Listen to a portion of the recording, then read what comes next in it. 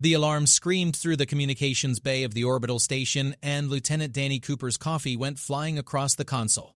The frequency shouldn't have been possible.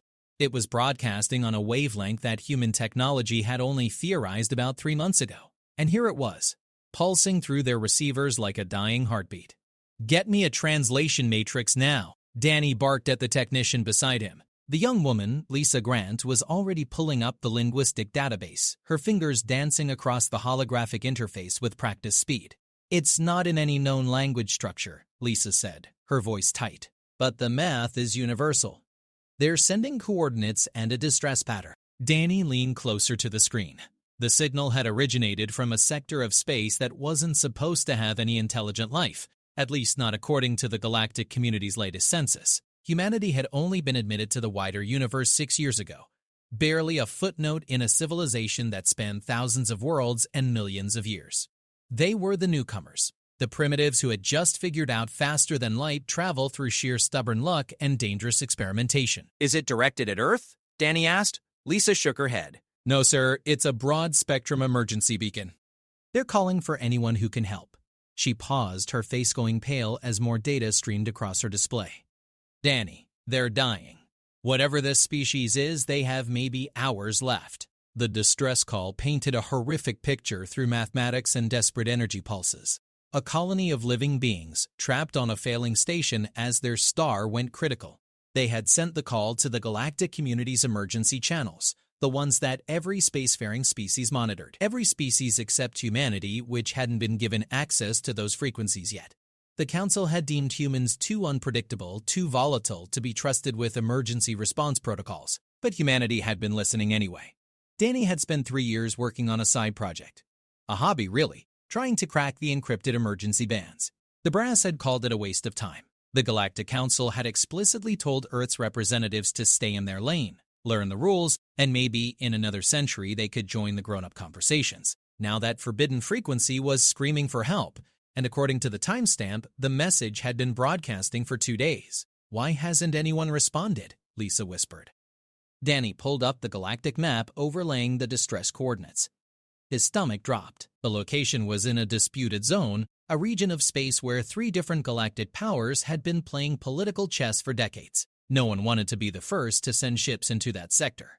It could be seen as an act of aggression, a claim on territory. So they had all ignored the dying plea. "How far is the nearest council ship?" Danny asked. Lisa checked. 4 days at their cruise speed. We have a cargo hauler that just finished supply runs to Mars, the Defiant. She's got experimental drives. Captain Jake Morrison and his crew. How fast can they get there? Lisa did the calculations, her eyes widening. 18 hours if they push the engines past safety limits. Danny stared at the screen, at the desperate mathematical screaming of a species he'd never heard of, calling for help that wasn't coming. The regulations were clear. Humanity wasn't authorized for emergency response. They could get sanctioned, possibly even expelled from the galactic community for interfering. He thought about the people on that station, watching their star tear itself apart, wondering why no one cared enough to save them. "Get me Captain Morrison," Danny said quietly, "and prepare a data package with everything we have on that distress call." Lisa hesitated. "Sir, if we do this—" "I know what we're risking," Danny interrupted. "Make the call." The human race had spent its entire history running toward danger when someone needed help. They'd crossed oceans, climbed mountains, and ventured into space itself, often for no better reason than because it was the right thing to do. The Galactic Council could write whatever rules they wanted. Humanity was going anyway. Captain Jake Morrison's face appeared on the screen 3 minutes later, his weathered features pulled into a frown. Behind him, the bridge of the Defiant bustled with activity. His crew of 12 was already moving, already preparing, because they'd intercepted the same signal. Jake had served 20 years in Earth's naval forces before transitioning to commercial cargo hauling. He pulled survivors from sinking ships, evacuated civilians from war zones, and once spent 48 hours in a lifeboat keeping 7 people alive through sheer willpower. He took one look at the data Danny sent and nodded. "We'll be there in 17 hours, Jake said. "Tell the Council they can bill us later." The Defiant broke orbit 40 minutes later, pushing its drive so hard that the engine readings made the station's monitoring crew wince. They burned through space at speeds that made other galactic species nervous, using navigation techniques that were equal parts mathematics and controlled insanity. Humanity's approach to faster-than-light travel involved less elegant physics and more brute force than the established civilizations preferred. They called it reckless. Humans called it effective. Jake stood on his bridge, watching the countdown clock tick away. His navigator, Pete Chen, was routing power from every non-essential system into the drives. His engineer, Maria Lopez, was in the engine room performing mechanical miracles to keep the reactor from melting down. His communications officer, Kyle Foster, was broadcasting their intentions on every frequency they could access, making it absolutely clear that this was a rescue mission, not a military incursion. Council ships are hailing us, Kyle reported. Multiple warnings to stand down. They're threatening to revoke our trading licenses. Note their concerns in the log, Jake said calmly. And keep going. The crew of the Defiant had been hauling supplies and equipment around Earth's solar system for 3 years. They were civilians, not soldiers. But every single one of them had volunteered for this run the moment they'd heard the distress call. They'd all grown up on a planet where the highest virtue was helping someone in trouble, where running toward danger to save a stranger was considered not just normal but expected. The galactic community was about to learn something important about humanity. They didn't need permission to do the right thing. The Defiant dropped out of faster-than-light travel with all the grace of a meteor strike, its drive screaming as they fought against the intense gravitational forces near the dying star. Jake gripped his command chair, watching his view screen fill with horror. The station was a twisted wreck, held together by emergency shields that flickered like candle flames in a hurricane. The star beyond it pulsed with unstable fury, its surface boiling with magnetic storms that would tear through any ship that got too close. Kyle, open all hailing frequencies, Jake ordered. Let them know we're here. The response came immediately, not in words, but in a burst of pure mathematical relief. The beings on that station, whoever they were, had been waiting to die. Now they knew someone had come. Maria, how close can we get? Jake asked. His engineer's voice crackled over the intercom, strained but determined. The radiation is worse than we thought, Captain. Standard shields won't cut it. We'll need to divert everything, and I mean everything, to forward protection. We won't have weapons, sensors, or life support backup. Do it, Jake said without hesitation. Pete, plot me the fastest route in. Pete's fingers flew across his console, calculating trajectories that would make a normal pilot sick to their stomach. Got it, but sir, we're going to be flying through debris fields and magnetic vortexes. One wrong move and we're part of the wreckage. Then don't make a wrong move, Jake replied, allowing himself a tight smile. You've threaded worse needles than this. It wasn't entirely true, but Pete appreciated the confidence. He'd been flying cargo runs since he was 23, navigating asteroid fields and planetary approaches that made other pilots nervous. This was different. This was threading a needle while the needle was on fire and shooting at him with physics. The Defiant dove toward the failing station, its hull screaming with stress as radiation battered against overtaxed shields. Warning alarms filled the bridge, painting everything in red emergency lighting. Through the view screen, Jake could see the station more clearly now. It was organic in design, grown rather than built, covered in what looked like crystal formations that pulsed with bioluminescent light. Beautiful and dying. I'm reading life signs, Kyle reported, his voice rising with excitement and horror. Captain, there are thousands of them. This isn't just a station, it's a colony ship. Their families, children, everything. Jake's jaw tightened. The distress call hadn't specified numbers. The galactic community had left thousands to die rather than risk a political incident. How many can we carry, he asked. Maria's response was immediate and grim.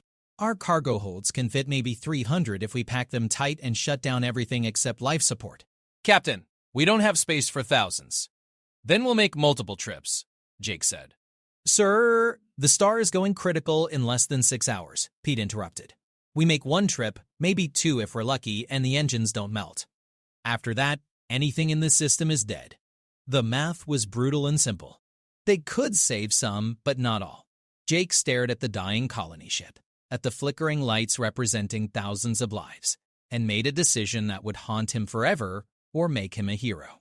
Possibly both. Kyle, send a message to the station. Tell them to prioritize children and those who can't survive without immediate medical care. We take them first, then we come back for as many others as we can. His crew moved without questioning because they understood. It was an impossible situation with no good answers, only the least terrible one. The Defiant maneuvered alongside the colony ship, and for the first time, Jake got a clear view of the species they were saving. They looked like nothing Earth had ever produced. Bipedal but with 6 limbs instead of 4, covered in a chitinous exoskeleton that shimmered with colors that shifted in the light. Their faces had multiple eyes arranged in a pattern that suggested they could see in spectrums humans couldn't access. They moved with a grace that seemed wrong under normal gravity, flowing rather than walking. The first group came across on emergency transport tubes, carrying their young. The alien children clung to their parents, making sounds that the translation matrix interpreted as fear and hope mixed together. Jake's crew met them in the cargo bay, Maria and 2 others guiding them to makeshift shelter areas, speaking softly even though the translation was crude at best. "They're called the Variks," Kyle reported, pulling up what little data his system could parse from the colony ship's failing computers. They were explorers, trying to establish a new home. Their original world was destroyed by a plague. This was their last hope. "How long until the next group can transfer?" Jake asked. "We're loading as fast as their systems allow," Maria answered. "But Captain, their docking mechanisms are failing. We're having to jury-rig connections on the fly. It's taking too long." Through his view screen, Jake watched the star pulse again, more violently this time. The countdown clock in his head said they had maybe 4 hours left, and they'd only loaded 200 of the Variks. The math was getting worse. "Can we extend the ship's shields to cover their colony vessel?" Jake asked, knowing the answer but needing to hear it anyway. "No, sir," Maria replied. "We don't have the power output." "Their shields are failing because their reactor is offline. We'd need to jumpstart their entire power grid, and we don't have the equipment or the time." Jake made a sound between a laugh and a curse. Of course, it couldn't be simple. Nothing ever was. He looked at the faces of the Variks in his cargo hold, at the children with their multiple eyes wide with terror, at the parents holding them close. "All hands," Jake said over the ship's intercom. "This is your captain. I need ideas, and I need them now. We have 2 hours to save 2,000 lives with a ship designed to carry cargo. Anyone got any thoughts?" The responses came flooding in over the next 60 seconds, from every crew member with an opinion and a prayer. Pete suggested towing the colony ship, but the Defiant's engines couldn't handle that kind of mass under these conditions. Maria proposed transferring the Variks' reactor core to the Defiant, but that would take hours they didn't have. Kyle wondered if they could call for backup, but the nearest ship was still days away. Then a voice came over the comms that Jake hadn't expected. It was young, female, and speaking from the cargo bay. One of the Variks had figured out how to access the human communication system. "We understand your situation." The translation matrix rendered her words with an odd musical quality. "You came when no one else would. You risk everything for strangers. This is not common in the galaxy. Our gratitude is beyond measure, but we ask you not to die for us. Save who you can and go." Jake felt something cold settle in his chest. The calm acceptance in her voice was worse than screaming would have been. These people had already mourned themselves, already accepted their extinction. They'd given up hours before the Defiant arrived, and now they were offering humanity an out, a clean conscience. He thought about going home, about reporting that they'd saved 300 lives when they could have saved thousands. He thought about the nightmares that would follow, about looking in the mirror and seeing someone who'd given up. "Maria," Jake said slowly, an idea forming that was either brilliant or suicidal. "What if we don't try to save the colony ship? What if we bring the reactor to them?" There was a long pause. "Sir, you're talking about flying our ship's reactor core over to their vessel and installing it while sitting next to a star that's about to explode. That's insane." "That's not a no," Jake pointed out. Another pause, longer this time. Then Maria laughed, a sound that was slightly unhinged but determined. "Give me Pete and Kyle full control of the engine room and an hour. I'll see what I can do." What followed was an hour of controlled chaos that would be studied by engineers for generations. Maria and her team disconnected the Defiant's primary reactor, a piece of equipment that weighed several tons and was never designed to be removed in field conditions. They used the ship's cargo manipulators, emergency cutting tools, and at one point, sheer physical strength to wrestle the reactor free from its housing. Pete piloted the reactor across the gap between ships using nothing but maneuvering thrusters and prayers, guiding several tons of barely contained fusion reaction through a debris field while magnetic storms tried to pull him off course. Kyle coordinated with the Variks engineers, who were frantically trying to prepare their dead power systems to accept human technology that operated on completely different principles. Jake watched from the bridge, his ship now running on emergency batteries that would last maybe 20 minutes, committed to a plan that had 1,000 ways to fail. Around him, his remaining crew worked in the dark, their consoles powered down, conserving every electron for the critical systems that kept air pumping and gravity functioning. "Reactor is in position," Pete reported, his voice tight with strain. "Maria, you're up." What Maria did next would earn her a dozen awards and 3 marriage proposals from engineers who heard the story later. She connected human fusion technology to alien power systems using little more than universal adapter cables, raw cables, and an understanding of physics that bordered on intuitive genius. She bypassed safeties, rewrote control algorithms on the fly, and essentially convinced 2 incompatible technologies to cooperate through sheer determination and creative problem-solving. The colony ship's lights flickered, dimmed, then blazed to life with an intensity they hadn't shown in days. The shield strengthened, stabilized, and spread across the vessel in a wave of protective energy. The Virics inside began to cheer, a sound that came across the comms as musical chimes mixed with relief so profound it needed no translation. "It's working," Kyle said, his voice filled with wonder. "Their systems are accepting our reactor. They've got power, shields, everything. How long will it last?" Jake asked. Maria's response was characteristically blunt. "Long enough to get them clear of the blast radius if they leave now. After that, they're on their own.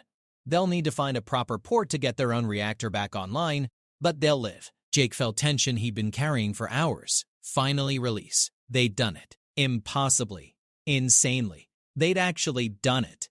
He opened a channel to the colony ship. "This is Captain Jake Morrison of the Earth vessel Defiant. Your power systems are stable. Plot a course out of this system and execute immediately.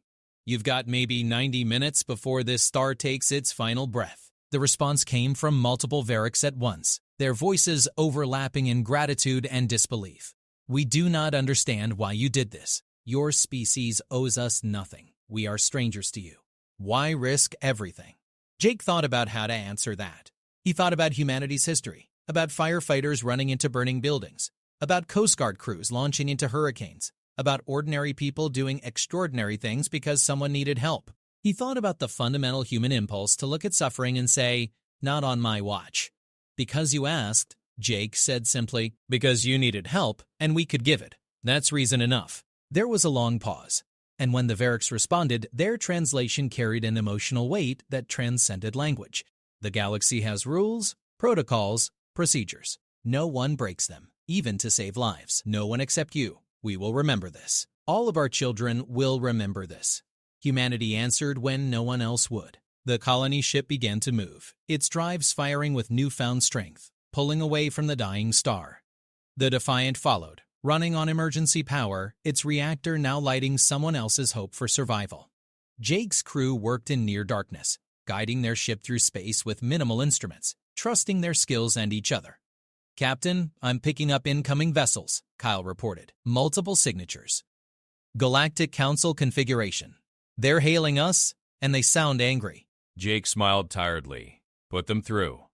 The face that appeared on his screen belonged to a Centauri council member, a species that looked like a cross between a squid and a philosopher.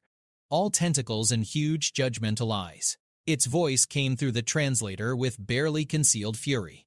"Human vessel, you have violated 17 emergency response protocols, ignored direct orders from Council authority, and operated in restricted space without authorization. You will stand down immediately and prepare to be boarded. Your actions may result in Earth's expulsion from the galactic community." Jake looked at the council member for a long moment, then glanced at his view screen where the colony ship was accelerating to safety, filled with thousands of lives that would continue because humans had decided rules were less important than people. "Council member, with all due respect, you can bill us for the violations. We'll be happy to pay the fines, attend the hearings, and accept whatever punishment you decide. But those people are alive right now because we ignored your rules. I'll take that trade every single time." The Centauri's tentacles writhed with agitation. "You understand this will have consequences? That your species standing in the galactic community hangs in the balance? I understand that while you were discussing protocols and politics, we were saving lives." Jake replied calmly. "I understand that humanity just showed the galaxy what we value, And I understand that if you want to punish us for that, you'll have to explain to your own citizens why you think saving thousands of innocent people was wrong. Behind the Zenturi, Jake could see other council members in the background. Some looked angry, but others appeared thoughtful, even uncomfortable. They knew what humanity had just done, and they knew how it looked that the established galactic powers had stood by while newcomers acted. The star chose that moment to die. The explosion was visible even from their safe distance, a catastrophic release of energy that would have vaporized everything within the system. The colony ship was clear, its shields holding against the initial shockwave. The Defiant rocked slightly, its emergency power routing to shields just long enough to weather the blast. When the light faded, the system was gone. Where there had been a star, planets, and a failing station, there was now only expanding gas and radiation. Everything except the colony ship, which sailed away from destruction carrying its precious cargo of survivors. The Zentari stared at the aftermath, its large eyes reflecting the fading light of stellar death. When it spoke again, its voice had changed, carrying something that might have been respect. You gave them your reactor. Your ship is running on emergency power. You sacrificed your ability to defend yourselves or flee quickly just to save strangers. It paused. This is unprecedented. Foolish, reckless, and completely unprecedented. It's called humanity, Jake said. You might want to get used to it. The council member was silent for a long moment. Then its tentacles made a gesture that the translator interpreted as acknowledgement. We will discuss this in council. But Captain Morrison, understand that you have created complications that will take years to resolve. I can live with complicated, Jake replied. What I couldn't live with was doing nothing. The transmission ended, leaving Jake alone with his crew and a ship that was barely functioning. They'd violated every rule, ignored every warning, and potentially jeopardized Earth's entire relationship with the galactic community.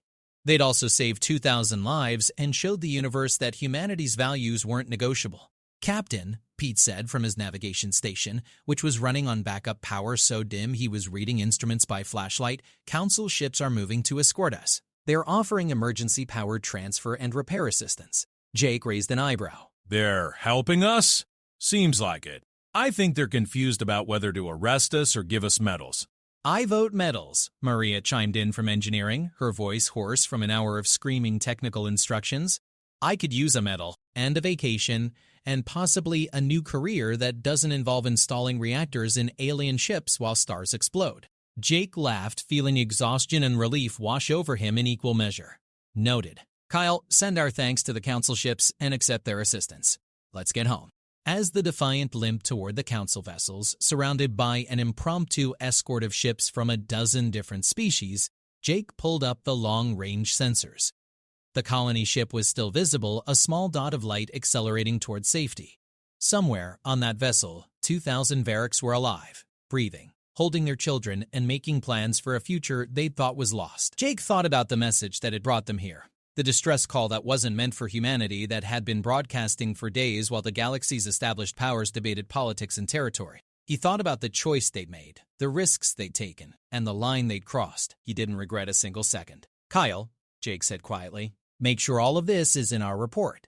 Every detail, every decision, every moment. I want the record to show exactly what happened here and why. Already on it, Captain, Kyle replied. This is going to be one hell of a debrief. Jake smiled. That's one way to put it. Though I suspect the real story is just beginning. We've shown the galaxy who we are. Now we'll see how they react. Over the next weeks, humanity discovered exactly how the galaxy reacted to what would become known as the Defiant Incident. The initial response from the Galactic Council was predictably bureaucratic, a mixture of official reprimands, strongly worded letters, and threats of sanctions. Earth's ambassadors spent endless hours in committee meetings, defending humanity's actions, while council members from a dozen species debated the implications of letting such an unpredictable race operate freely in civilized space. But something else was happening too, something the council couldn't control. The Variks had survived, and they were talking. Their story spread through the galactic community like wildfire, carried on news broadcasts, social networks, and informal communications between worlds.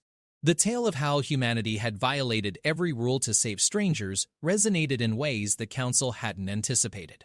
Lieutenant Danny Cooper watched it all unfold from Earth's orbital station, monitoring the chatter on various galactic frequencies. The response was divided, fascinating, and sometimes heated. Conservative species called humanity dangerous, citing the Defiant's actions as proof that humans were too impulsive for civilized interaction.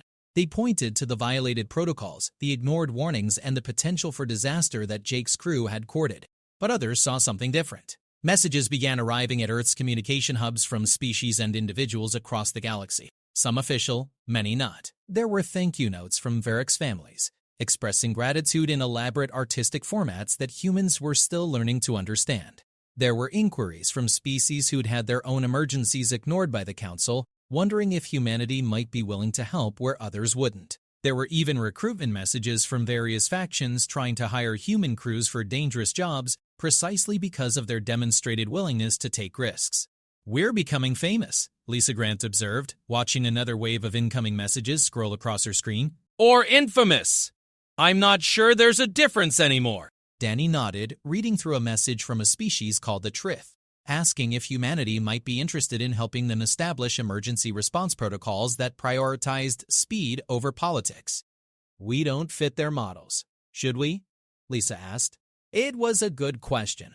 The galactic community had existed for thousands of years, built on carefully balanced systems of law, protocol, and mutual benefit. It worked, mostly, creating a stable framework for hundreds of species to coexist without major conflict. The rules weren't arbitrary. They'd been developed through centuries of negotiation, refined by countless incidents and near disasters. But those rules had also let 2,000 people nearly die because helping them was politically inconvenient. That was the part Danny couldn't get past, and he suspected much of humanity felt the same way. "We should be ourselves," Danny said finally. "Let the galaxy adapt to us for a change." On the Defiant, which was currently docked at a council repair facility having its systems completely overhauled, Jake Morrison was having a similar conversation with his crew. They'd been detained technically, though the council was being remarkably gentle about it.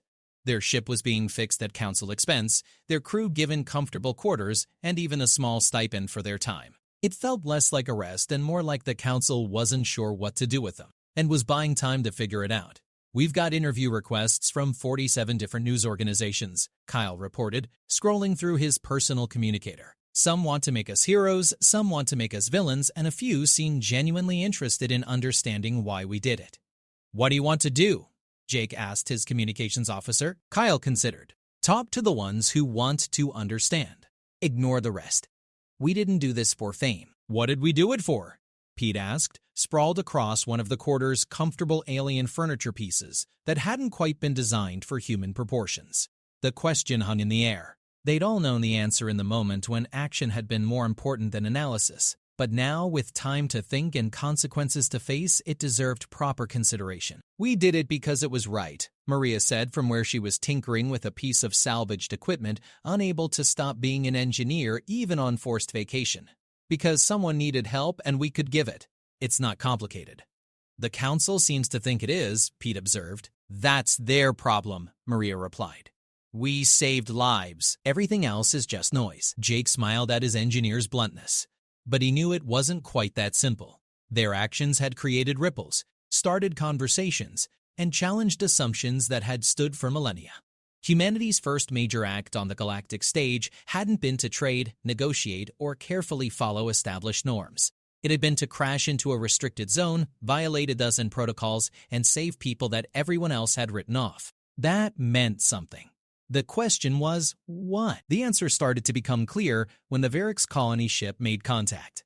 They'd reached a safe port, installed their own reactor, and stabilized their situation. Now they wanted to speak with the crew of the Defiant, and the Council, surprisingly, had arranged for the communication. The holographic display in their quarters shimmered to life, showing a Varric's female whose chitinous exoskeleton was marked with patterns that Kyle's translator suggested indicated age and wisdom. Her multiple eyes focused on Jake with an intensity that was slightly unsettling, seeing in spectrums that humans couldn't access.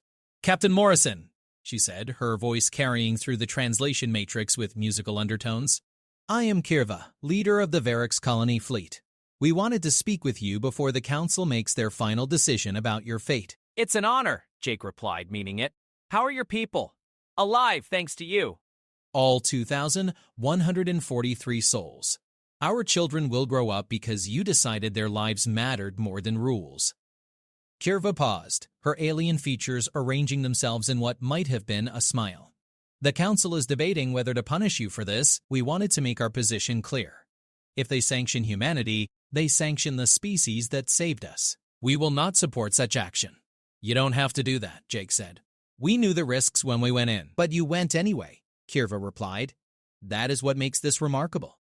The galaxy has many species, Captain Morrison. Most are good people, kind in their own ways, civilized and advanced, but they operate within systems, follow rules and measure their actions against protocols and procedures. When those systems said saving us was too complicated, too risky, too political, they accepted that answer. They let us die rather than break their comfortable rules. Her eyes, all of them, focused on Jake with an intensity that felt like being examined under a microscope. Humanity is different. You are young, crude by galactic standards, barely qualified to be here at all. But when you heard our call, you didn't debate, you didn't form committees. You didn't calculate political consequences, you just came. Do you understand how rare that is? How precious? Jake didn't know how to respond to that. He'd spent his career helping people, first in the military, then in civilian life. It had never seemed like something special, just what you did when someone needed help. We're not saints, he said finally. We've got our own problems, our own failures. Earth's history isn't exactly spotless. No species' history is, Kirva agreed. But you saved us anyway, without knowing us, without calculating benefit, without even knowing if we'd be grateful. That kind of action shapes the galaxy, Captain. It changes what's possible. Over the following days, more voices joined Deverix in defending humanity's actions. Some were surprising. A Zentari diplomat, the same species as the council member who threatened Jake, published an essay arguing that humanity's intervention revealed flaws in emergency response protocols that needed addressing. Several scientific organizations praised the technical innovation that Maria's team had demonstrated, jury-rigging incompatible technologies under impossible conditions. Most surprisingly, a coalition of smaller species, those without significant military or economic power, issued a joint statement declaring that humanity's willingness to act where larger powers wouldn't made Earth a potential ally worth cultivating. They'd spent centuries watching the major galactic players make decisions based on politics and self-interest. Seeing a species prioritize lives over procedure resonated deeply. We're accidentally starting a political movement, Danny observed, watching the coalition statement spread through galactic networks. The Council's gonna hate this. The Council already hates this, Lisa replied, pulling up the latest committee reports. But they're in a bind. If they punish us too harshly, they look like they're retaliating against heroes. If they don't punish us at all, they undermine their own authority. They're looking for a middle ground that probably doesn't exist. The Council's solution, when it finally came, was characteristically bureaucratic and surprisingly clever. They issued an official reprimand to the Defiance crew, noting the protocols violated and procedures ignored. They fined Earth's government a substantial sum for the unauthorized emergency response. They placed restrictions on human vessels operating in sensitive regions without proper authorization. But they also created something new, the Galactic Emergency Response Initiative, with humanity as one of its founding members. The initiative would operate with more flexible protocols, authorized to respond to distress calls even in politically complicated situations. It would be staffed by volunteers from various species, trained in rapid response techniques, and given authority to act first and handle politics later. In other words, the Council had looked at what humanity did and instead of just punishing it, had tried to systematize it. They're trying to bottle lightning, Maria observed when Jake shared the news with his crew. Good luck with that. Will it work? Pete asked. Jake considered. Depends on whether they can find enough people willing to break rules to save lives. That's not as common as it should be.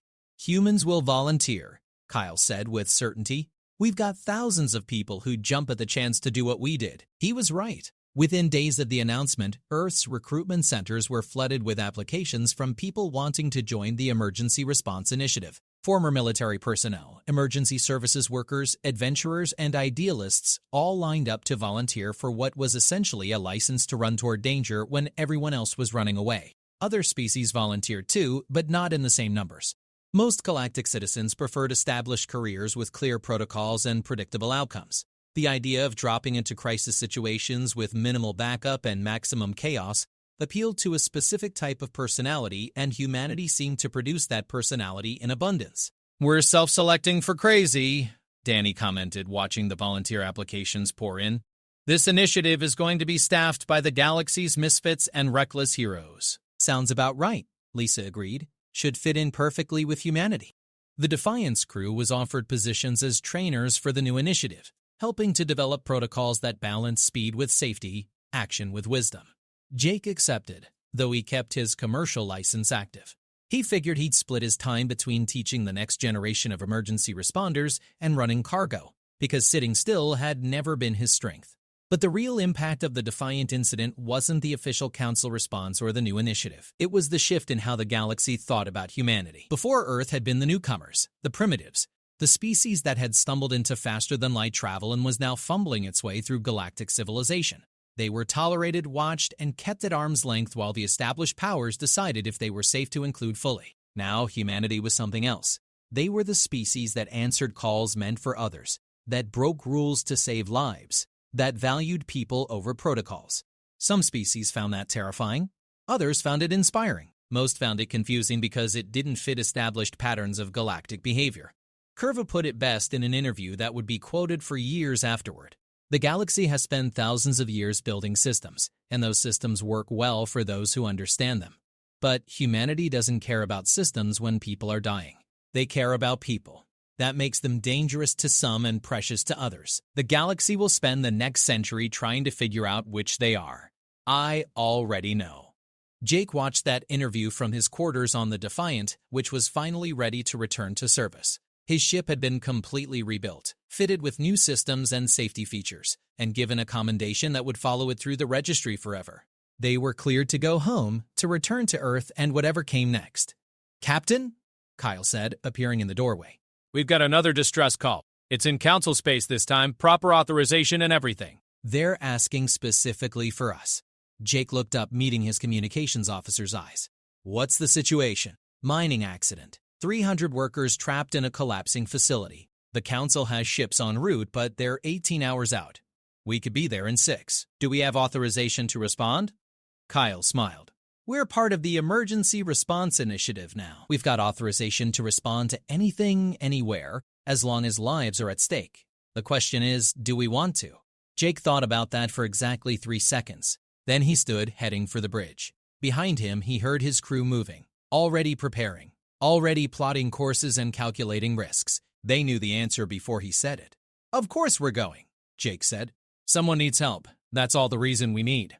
The Defiant broke orbit 30 minutes later, its newly installed drives pushing toward another emergency. Another group of strangers who needed saving. They weren't running toward glory or fame or political advantage. They were running because that's what humans did, what they'd always done, what they'd probably always do. The galaxy had spent millennia building elaborate systems for dealing with crisis, full of protocols, procedures, and careful political considerations. Those systems were important, even necessary for maintaining order across thousands of worlds and millions of beings. But sometimes, someone just needed to run toward the problem as fast as they could, rules be damned, because people were dying and that wasn't acceptable. The galactic community had learned something important about humanity in the wake of the Defiant incident. When humans heard someone calling for help, they answered. Not because they were required to, not because it was politically advantageous, not because they'd calculated the optimal response. They answered because someone needed help, and that was reason enough. The call wasn't for humans. The galaxy had never expected Earth's newest members to be the ones who responded, but humanity had answered anyway, and in doing so, had shown the universe something it had forgotten. Sometimes, the right thing to do is just help. Everything else is just details.